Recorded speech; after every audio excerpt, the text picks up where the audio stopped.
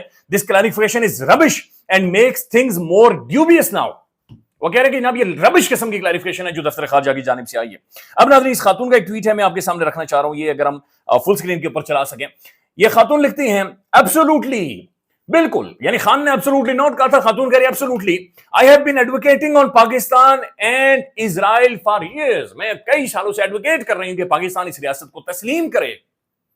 جس پاسپورٹ کے اوپر ناظرین لکھا ہوا ہے کہ آپ اس ناجائز ریاست میں نہیں جا سکتے، یہ خاتون، اب میں نام بھی لیتا ہوں تو ناظرین مجھے کراہت محسوس ہوتی ہے، میں نام بھی ان کا نہیں لے سکتا اس اسٹیٹ کا، تو یہ خاتون یہ کہہ رہے ہیں کہ میں ایڈوکیٹ کر رہی ہوں کہ پاکستان اسے تسلیم کرے کئی سالوں سے۔ اور آگے جا کر وہ لکھتے ہیں کہ جناب میں اسی وجہ سے that's why I am devastated to see them backing the wrong horse۔ اندازہ لگائیں ناظرین، اور یہ آج وہاں پر بیٹھی ہوئے وہاں پر موجود ہیں۔ عمر دراز گوندل صاحب اس حوالے سے لکھتے ہیں کہ میں نے کل بھی گزارش کی تھی کہ اس خاتون کا کچھ نہیں بگاڑ سکتے، معلوم پڑا کہ اس خاتون کو کچھ عرصہ پہلے تمغہ امتیاز سے بھی نوازا گیا تھا۔ اس خاتون کو ناظرین ریاستی اسٹیٹ لیول کا ایوارڈ دیا گیا تھا۔ ناظرین اسلام آباد سے کچھ ایک آپ کو ویڈیو دکھاتے ہیں، بہت ہی ایک درد بھری وہ ویڈیو ہے جہاں پر ایڈوکیٹ ایمان وزاری صاحبہ اسلام آباد کی سڑک کے کنارے بیٹھ کر رو رہی ہیں۔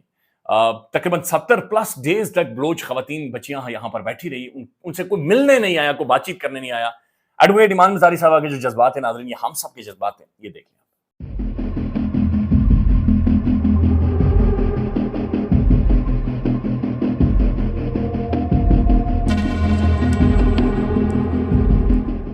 ناظرین آپ کو کشمیر لیے چلتے ہیں۔ کشمیر سے جو خبریں آ رہی ہیں، خبریں ٹھیک نہیں ہیں۔ کشمیر میں انٹرنیٹ ڈاؤن کر دیا گیا ہے، موبائل سروس کو بالکل، یعنی سگنلز ہی آپ کال کسی کو نہیں کر سکتے، فیس بک بالکل ڈاؤن کر دی گئی ہے۔ اس کی بنیادی وجہ ہے کہ کشمیر کے اندر ایک میسو موبلائزیشن ہے اس وقت، وہاں پر لوگ سڑکوں کے اوپر موجود ہیں اور وہ دو اپنے خاص قسم کے رائٹس کلیم کر رہے ہیں۔ ان کے جو مطالبات ہیں ناظرین وہ 38 مطالبات ہیں، لیکن وہ 38 ایسے ہیں کہ بہت ساروں کے اوپر نوٹیفیکیشن ہو سکتا ہے، بہت ساروں کے اوپر کمیٹیز بن سکتی ہیں، لیکن دو مین مطالبات ہیں ان کے کہ حکمران اشرافیہ کی مراد کا خاتمہ۔ جو تمام تر اشرافیہ وہاں کے ججز ہیں، وہاں کے بیوروکریٹس ہیں اور وہاں کی جو پولیٹیکل کلاس ہے، ان کے جو سرکاری طور پر، یعنی پرسنل کیپیسٹی میں یہ چاہے کتے دوڑاتے رہے، سرکاری طور پر چونکہ وہ عوام کا پیسہ ہے ناظرین، وہ کہہ رہے ہیں کہ جو مراد ہیں اس کا مکمل خاتمہ کیا جائے۔ وہاں پر جو ایک لینڈ کروزر کلچر ہے، وہاں پر جو ڈالا کلچر ہے، جو آگے پیچھے لے کر یہ گھماتے ہیں، یہ ختم کیا جائے۔ عوام کے پیسوں سے ناظرین انہیں مفت روٹی، کھانا پینا، باتھ روم، بجلی، بتی، ہر چیز انہیں ملتی ہے۔ یہ عوام کہہ رہی ہے کہ جناب ہم دے ہی نہیں سکتے، اور پورے کشمیر کے اندر ناظرین آپ پورا کشمیر ڈھونڈ لیں، آپ کو ایک ڈھنگ کا اسپتال نہیں ملے گا، آپ کو ایک ڈھنگ کا دل کا اسپتال نہیں ملے گا۔ کشمیر کے اندر ناظرین یقین مانے کتا کسی کو کاٹ جائے تو ویکسین وہاں پر موجود، سانپ کسی کو کھا جائے تو وہاں پر موجود نہیں، تباہی وہاں پر نکلی ہوئی ہے، انفراسٹرکچر بالکل برباد ہو گیا کشمیر کسی طرف بھی آپ چاہیں، بلکہ کشمیر کی جو ٹاپ کی جو ٹورسٹ ڈیسٹینیشن ہے، بنجوسا ہو گئی یا پھر اوپر تولی پیر وغیرہ مختلف جگہوں پر آپ چلے جائیں ناظرین، وہ گند کے ڈھیر بنے ہوئے ہیں، گند کے ڈھیر بنے ہوئے ہیں، تباہی وہاں پہ کی جو سڑکیں ہیں، کوئی بھی عام بندہ چلا جائے اس کی کمر فارغ ہو جاتی۔ تو عوام یہ کہہ رہے ہیں کہ جناب یہ جو پروٹوکول ہے اور یہ جو مراتے ہیں، یہ جو حکمران اشرافیہ لے رہی ہے، یہ ہم افورڈ ہی نہیں کر سکتے۔ کشمیر کے ناظرین معزز ججز 30 لاکھ ٹوٹل آبادی ہے، پاکستان کے 25 کروڑ آبادی والے ایک نیوکلیئر اسٹیٹ کے ججز کے مطابق مراعاتیں اور تنخواہیں اور یہ ساری چیزیں لیتے ہیں، اور نظام انصاف کا کیا حال ہے وہ الگ بات۔ دوسرا ناظرین ان کا مطالبہ یہ ہے، جو اہم ترین مطالبہ ہے، کہ بھائی 12 نشستیں، یہ مہاجرین کی 12 نشستیں ناظرین، یہ مہاجرین کی ہیں جو کہ مقبوضہ کشمیر سے آئے، پاکستان کے اندر آباد ہوئے، 78 سال ناظرین ہو چکے، ان کے ووٹ بینک، یعنی ایک آدھا بندہ کشمیر اسمبلی کے اندر موجود ہے جس نے ٹوٹل 1000 ووٹ لیا ہے یا 1200 ووٹ لیا ہے، اور وہ کشمیر کے اندر باقاعدہ سے جا کر فیصلے کرتے ہیں، کشمیر کے اندر جا کر وہ ڈیسائیڈ کرتے ہیں، کشمیر کے اندر پورے پولیٹیکل ڈھانچے کے اوپر، سٹرکچر کے اوپر اگر کوئی اثر انداز ہوتا ہے تو یہ 12 سیٹیں ہوتی ہیں، یعنی حکومت گرانی ہو یا 12 ایک طرف چلے جاتے ہیں۔ کوئی بل سائن کروانا ہو یہ 12 ایک طرف چلے جاتے ہیں, مراعاتیں بڑھانی ہو یہ 12 ایک طرف چلے جاتے ہیں. لہذا کشمیر کی عوام یہ کہہ رہی ہے کہ جو 12 سیٹیں ہیں انہیں اگر آپ ختم نہیں کر سکتے تو منیمائز کر دیں.